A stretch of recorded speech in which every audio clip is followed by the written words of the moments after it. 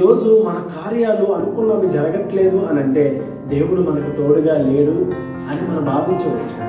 కనుక ఈరోజు మనం ఎందుకు దేవుడిని మన జీవితాల్లో ఆహ్వానించకూడదు? మనం ఎందుకు ఆనాడు భక్తులు పొందినటువంటి సఫలతను, ఆ గొప్ప కార్యాలను మనం ఎందుకు మన జీవితాల్లో రుచి చూడకూడదు? నా ప్రియమైనటువంటి దేవుని బిడ్డలారా, దేవుడు ఈరోజు మనకు అభయం ఇస్తున్నాడు. ఏంటంటే, నేను నీతో కూడా వస్తాను, నువ్వు భయపడద్దు, ఏ పరిస్థితి అయినా సరే నేను నీతో కూడానే వస్తాను అని దేవుడు చెప్తా ఉన్నాడు. అందుకే కీర్తనకారుడు అంటాడు, గాఢాంధకారపు లోయలో నేను సంచరించినను ఏ అపాయమునకు నేను భయపడను అంటున్నాడు. ఎందుకనంటే ఆ గాఢాంధకారములో సహితము దేవుడు నాతో ఉంటాడు, ఆయన వెలుగు నాతో ఉంటుంది, కాబట్టి నేను భయపడను అని భక్తుడు ఎంత ధైర్యంగా చెప్తున్నాడు చూసారా? ఈరోజు అదే ధైర్యము నీలో నాలో ఉండాలి. మన జీవితాల్లో సఫలత కావాలి అంటే, మనం అనుకున్న పనులు అనుకున్నట్లుగా జరగాలి అంటే దేవుడు మనతో ఉండాలి, ఆయన కార్యాలు మనతో ఉండాలి. దేవుడు అభయమిస్తున్నాడు. ఈరోజు మనము ఆయన తోడును కోరుకోవాలి. అప్పుడే ఆయన మనకు తోడుండే దేవుడిగా మన జీవితాల్లో ఉంటాడు. ప్రియులారా, మొదటిగా ఆయన తోడుంటే మన జీవితాల్లో మనము సఫలతను పొందుకుంటాం. రెండవదిగా మనం జ్ఞాపకం చేసుకుంటే, దేవుడు మనతో వస్తే, దేవుడు మన తోడుగా ఉంటే మనకి కాపుదల లభిస్తుంది. దేవుడు మనకి మహిమ కలుగునుగాక. మనం ఏ మార్గములో వెళ్ళినా సరే దేవుని కాపుదల మన మీద ఉంటుంది. ప్రియమైనటువంటి వారు, నీ రాకపోకలు యందు దేవుడు నీకు కాపుదలను అనుగ్రహిస్తాడు. అది ముళ్ళ మార్గమైన, శ్రమల మార్గమైన, కష్టతర మార్గమైన దేవుడు ఏం చేస్తాడో తెలుసండి, మనకి కాపుదలను అనుగ్రహిస్తాడు. ఈరోజు నీకు కాపుదల కావాలి అంటే, ఆయన సంరక్షణలో నువ్వు ఉండాలి అంటే, నీ కాలు జారకుండా నీ అడుగులు స్థిరపరచబడాలి అంటే ఆయన కాపుదల కావాలి. ఆ కాపుదల మన జీవితాల్లో ఎప్పుడు వస్తుంది అని ఆలోచన చేస్తే, దేవుడు మనతో ఉన్నప్పుడే మనకు కాపుదల లభించబడుతుంది. నువ్వు ఏ మార్గములో వెళ్ళాలో ఆ మార్గములలో నిన్ను నడిపించేటువంటి దేవుడే ఉన్నాడు. ఈ లోకంలో అనేక మంది అపాయకరమైన మార్గాలనే ఎంచుకుంటా ఉన్నారు. వారికి గాయం కలిగించేటువంటి మార్గాలనే వారు ఎంచుకుంటా ఉన్నారు. అంటే ప్రభు చెబుతున్నాడు, నువ్వు ఏ మార్గములో నడాలో, ఏ మార్గంలో నడిస్తే నువ్వు ఆశీర్వాదకరంగా ఉంటావో, దీవెనకరంగా ఉంటావో, ఆ మార్గాలలోనే దేవుడిని నడిపిస్తాడు. ఆయన కాపుదల అనుగ్రహిస్తాడు. ప్రియమైనటువంటి వాళ్ళరా, అప్పుడు నువ్వు ఆర్డినరీ మ్యాన్ గా ఉండవు, ఎక్స్ట్రాడినరీ మ్యాన్ గా ఉంటావు. నువ్వు ప్రత్యేకించబడిన వాడిగా ఉంటావు, అభిషేకించబడి వాడిగా ఉంటావు, దీవించబడేవాడిగా ఉంటావు. కనుక ఈరోజు గొప్ప ఆశీర్వాదం ఏమిటంటే, ఆయన నీకు తోడుగా ఉండడానికి ఇష్టపడతాడు. ఆయన నీతో ఉండడానికి ఇష్టపడతా ఉన్నాడు, నీతో కలిసి నడవడానికి ఇష్టపడతా ఉన్నాడు. కనుక ఈరోజు నా ప్రియమైనటువంటి వాళ్ళరా, దేవుని బిడ్డలారా, ఆయన కాపుదల కావాలనంటే ఆయన తోడును నువ్వు కోరుకోవాలి, ఆయన సహవాసాన్ని నువ్వు కోరుకోవాలి. ఆనాడు ఏదెను తోటలో ప్రతి సాయంకాలము కూడా ఆదాముతో దేవుడు మాట్లాడేవాడంట. ఏ విధంగా అనంటే, ఒక స్నేహితుని వలె ఆదాముతో దేవుడు మాట్లాడేవాడు. ఎంత గొప్ప ఆధిక్యత దేవుడు మానవుడికి ఇచ్చాడు మీరు ఆలోచన చేయాలి. చాలా చక్కనైనటువంటి వాతావరణంలో ఆనాడు ఆదాముతో దేవుడు మాట్లాడేవాడు. మంచి స్నేహితులు వలె వారిద్దరూ మాట్లాడుకునేవారు. అటువంటి వాతావరణమే, అటువంటి సంభాషణే ఈరోజు ప్రభు నీతో నాతో కూడా కోరుకుంటున్నాడు. పాపరహితమైనటువంటి సంభాషణ, పరిశుద్ధమైనటువంటి సంభాషణ, దైవానుసారమైన సంభాషణ, పవిత్రమైనటువంటి సంభాషణ ఆయన నీ దగ్గర నుంచి కోరుకుంటూ ఉన్నాడు.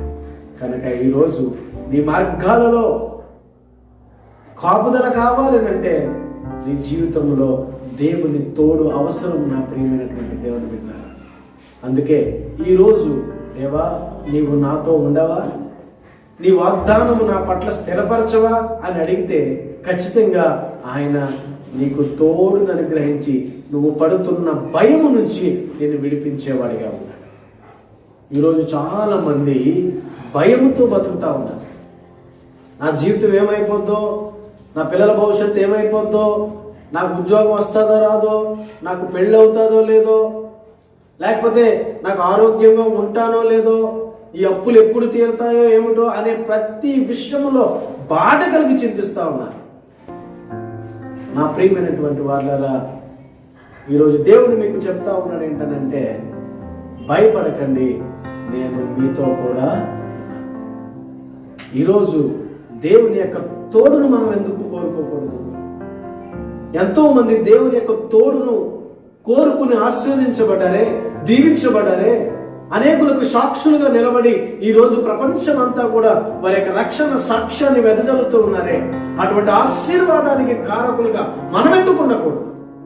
నా ప్రియమైనటువంటి దేవుని బిడ్డలారా, ఈ ఎలోహిం వాయిస్ ఆధ్యాత్మిక మేలుకొలుపు అనే కార్యక్రమం ద్వారా ప్రభువు మీతో మాట్లాడుతున్నాడు. ఆయన నీతో ఉండడానికి ఇష్టపడతా ఉన్నాడు. భయపడకండి, నీతో నేను వస్తాను అని చెప్తా ఉన్నాడు. అది ఎటువంటి పరిస్థితి అయినా సరే. ఆనాడు ఇశ్రాయేలీయులకు ఎర్ర సముద్రం అడ్డుగా వచ్చినప్పుడు ఆయన వారితో ఉండి దాన్ని 2 పాయలుగా చేశాడు.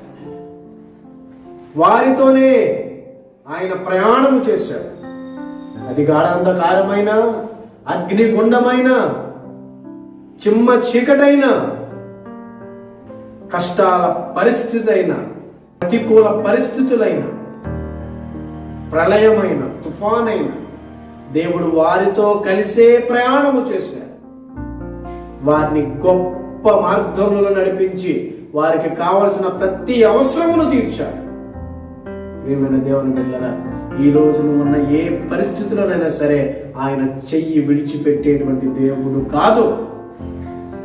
ఆయన నిన్ను దీవించడానికి సిద్ధంగా ఉన్నాడు. ఆయన నిన్ను విడిపించడానికి సిద్ధంగా ఉన్నాడు. నిన్ను ఘనపరచడానికి సిద్ధంగా ఉన్నాడు. ఈ రోజు ఆయన తోడును కోరుకుంటే నీ మార్గం అంతటిలో, నీ పని అంతటిలో కూడా ఆయన నిన్ను విడిపించి కాపుదల అనుగ్రహించేటువంటి దేవుడై ఉన్నాడు. నా ప్రియులరా, దేవుడు నీతో వస్తే మొదటిగా నీ జీవితంలో సఫలత కలుగుతుంది, రెండవదిగా నీకు కాపుదల లభిస్తుంది, మూడవ విషయాన్ని నేను జ్ఞాపకం చేస్తున్నాను, నీకు విజయం లభిస్తుంది. నిర్గమకాండం 23వ అధ్యాయం 23వ వచనంలో దేవుడు ఈ విధంగా సెలవిస్తున్నాడు, నీ శత్రువులు నా శత్రువులు, నీ విరోధులు నాకు విరోధులు, నేను నీకు ముందుగా వెళ్ళి నీకు విజయాన్ని అనుగ్రహిస్తాను అని చెప్తా ఉన్నాడు. అబ్బా, ఎంత శ్రేష్టమైనటువంటి మాట. ఈరోజు శత్రువుల చేతిలో నువ్వు చిక్కబడి ఉన్నావా? ఒకవేళ విరోధులే నిన్ను నాశనం చేయాలని అనేకమైనటువంటి పన్నాగాలు పన్నుతున్నారా?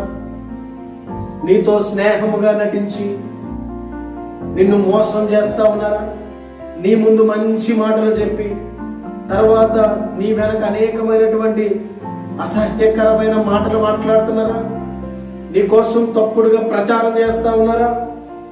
ప్రియమైన దేవుని బిడ్డలారా, దేవుడు అంటున్నాడు, నేను నీతో వస్తే నీ శత్రువులు నా శత్రువులు, నీ విరోధులు నా విరోధులు అని దేవుడు సెలవిస్తున్నాడు. ప్రియమైన దేవుని బిడ్డలారా, నీ పక్షాన ఆయన యుద్ధం చేస్తాడు. ఈరోజు ఆయన యుద్ధము చేస్తే నీకు వ్యతిరేకంగా ఉన్నవారు ఎవరు నిలబడగలరు? ఈరోజు ఆలోచన చేయండి. రాజులు సామ్రాజ్యాలే ఆయనను ఎదుర్కోలేక సాగిలపడ్డాయి. ఈరోజు నీ శత్రువులను అణిచివేయగల సమర్థుడు దేవుడు అనే విషయాన్ని నేను తెలియపరుస్తా ఉన్నాను. నీ విరోధులను అణిచివేయగల సమర్థుడు దేవుడని నేను నీకు తెలియజేస్తా ఉన్నాను. నీ విజయాన్ని అనేక మంది అడ్డుకుంటున్నారా? అయితే దేవుడు వారి అందరినీ కూడా నేలమట్టం చేసేస్తాడు. దేవుని బిడ్డలారా, నువ్వు ఆయన తోడు కోరుకుంటే ఈ 3 ఆశీర్వాదాలు నీ జీవితంలో జరుగుతాయి. ఎవరో నిన్ను నిందించారని, ఎవరో నిన్ను బాధించారని నువ్వేమి భయపడవలసిన అవసరం లేదు. ఎక్కడైతే నిందించబడ్డావో, ఎక్కడైతే అవమానించబడ్డావో, ఎక్కడైతే నువ్వు కిందకు జారిన స్థితిలో ఉన్నావో అక్కడే నిన్ను ఆశీర్వాదకరంగా దేవుడు పైకెత్తే దేవుడై ఉన్నాడు. హల్లెలూయా. ప్రియమైనటువంటి వాళ్ళరా, నా దేవునికి అసాధ్యమైనది ఏది లేదు. నిన్ను ఘనత వహించేవాడుగా ఆయన చేయబోతున్నాడు. నమ్ము, విశ్వసించు, ప్రార్థించు. ఆయన తోడును కోరుకో. ఈరోజు నువ్వు ఎక్కడైతే అవమానించబడ్డావో, ఎక్కడైతే నిందించబడ్డావో, ఎక్కడైతే ఏడ్చావో, అక్కడే నిన్ను ఘనమైన వాడిగా, అందరూ మెచ్చుకునేవాడిగా నిన్ను ఆయన తయారు చేస్తాడు.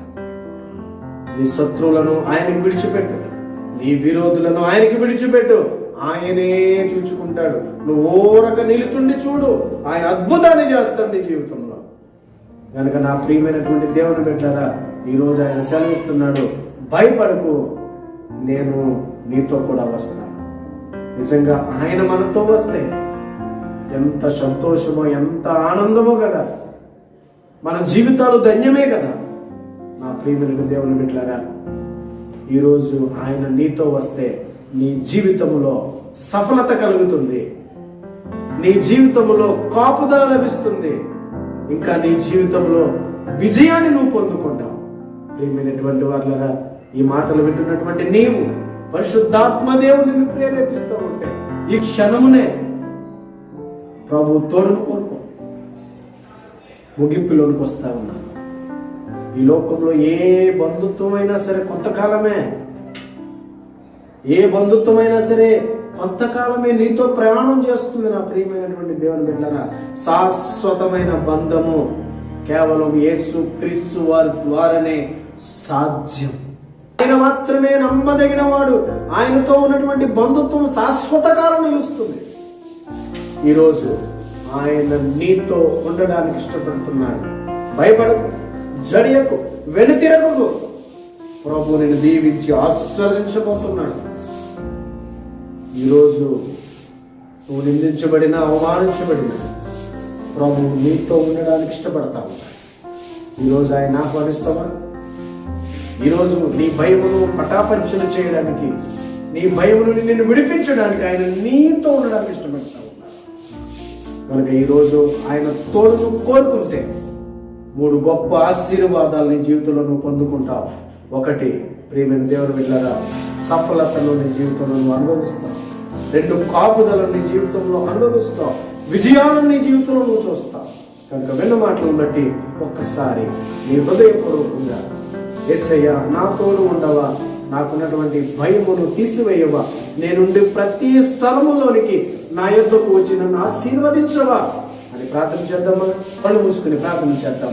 దేవుడు నీ ప్రార్థన ఆలకించబోతా ఉన్నాడు. మహాపరిశుద్ధుల ప్రేమగల తండ్రి, నీ ఘనమైన శ్రేష్టమైన ఉన్నతమైన నామానికి స్తోత్ర. గడిచిన దినాలన్నీ కొన్ని కృపలో భద్రపరిచి నడిపించారు. ఇదిగో నాయన ఎలోహిం వాయిస్ ఆధ్యాత్మిక మేలుకొలుపు 12వ రోజు యొక్క కార్యక్రమంలో, ధ్యానాంశంలో మీరు మమ్మల్ని జ్ఞాపకం చేసుకున్నందుకు నీకు వందనాలు. ఇదిగో తండ్రి, ఇప్పటి వరకు మీ ప్రియులు విన్న మాటలను బట్టి మనం దీవించండి. వారి హృదయాలకు నెమ్మది కలగచేయండి. మీరు వారు తోడుగా ఉండి వారి భయమును తీసివేయండి. ఎవరైతే ఈ కార్యక్రమం ద్వారా అనేకమైన మేలు పొందుకుంటున్నారో వారందరినీ మరొకసారి దీవించి ఆశీర్వదించమని యేసయ్య నామములో అడిగి వేడుకుంటున్నాను మా ప్రియ పరలోకపు తండ్రి. ఆమేన్. మన తండ్రి దేవుని ప్రేమ, కుమారుడైనటువంటి యేసుక్రీస్తు వారి యొక్క కృప, పరిశుద్ధాత్మ దేవుని కన్నుని సహవాసము, సమాధానం సదాకాలం ఈ కార్యక్రమం వీక్షిస్తున్న వారందరికీ దేవుడు తోడయుండి సంరక్షించి నడిపించును గాక. ఆమేన్. ప్రభునందు ప్రియమైనటువంటి దేవుని బిడ్డలారా, రేపటి దినాన్ని మళ్ళీ మనం ఎలోహిం వాయిస్ ఆధ్యాత్మిక మేలుకొలుపు అనే కార్యక్రమంలో కలుసుకుందాం. అంతవరకు సెలవు. ప్రభు మిమ్ములను, మీ కుటుంబాలను దీవించును గాక. అందరికీ